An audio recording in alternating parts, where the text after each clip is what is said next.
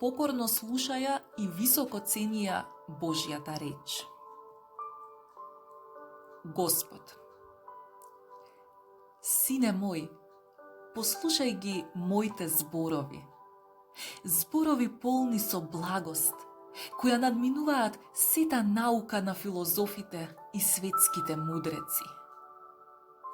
Зборовите што ви ги кажав се дух и живот и не смеат да се проценуваат според човечкиот разум. Во нив не треба да се бара празно задоволство, туку молчејки да ги слушаме и да ги примаме со длабока покорност и топла љубов. Слугата. А јас реков, блазен на човекот кого ти, Господи, го вразумуваш и со својот закон го учиш, за да му дадеш мир во лошите денови и да не го оставиш без утеха на земјава. Господ. Јас уште од почетокот ги учев пророците и се досега не престанав да им говорам на сите. Но многумина се глуви и тврди за мојот глас. Многумина повеќе го слушаат светот, отколку Бога. Помило им е да појдат по грешните желби, отколку да ја послушаат Божјата волја. Светот ветува привремени и мали работи. И тоа е она што поминува. И тие ревносно му служат. А јас ветувам највредни и вечни добра.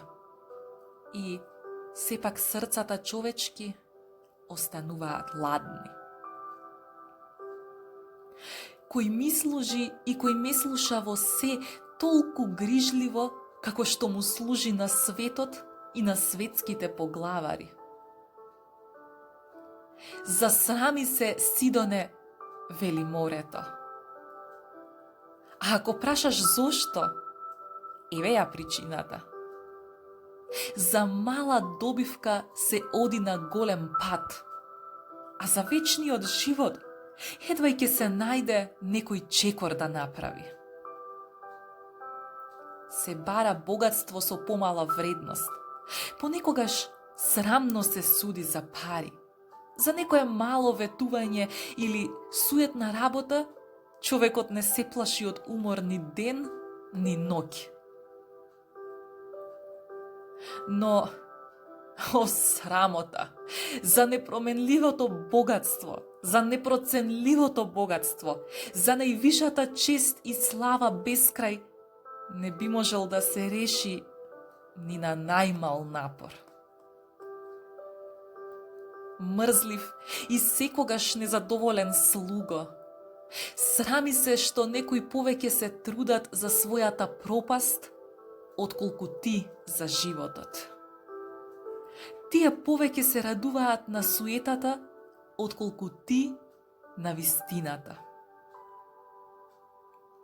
Тие често се прелажуваат во своите надежи. Но моето ветување никого не го лаже и јас никогаш не се одрекнувам од оној што верува во мене. Тоа што сум го ветил, ќе го дадам. Што сум рекол, ќе го исполнам. Ако до крај останеш верен во својата љубов кон мене. Јас ги наградувам добрите и ги искушувам побожните души. Запиши ги моите зборови во своето срце и размисли добро за нив, зашто во часот на искушението ќе ти бидат многу потребни. Тоа што не го разбираш читајки, ќе го сватиш на денот на мојата посета. Јас со задоволство ги посетувам своите избраници на два начини. Со искушение и со утеха. И секој ден давам две поуки. Едната, карајки ги поради нивните мани, другата храбрејки ги да напредуваат во добродетелата. Кој мене ме презира и не ги прима моите зборови, има поголем судија на себе си. Речта која ја говорев, таа ќе му суди во последниот ден.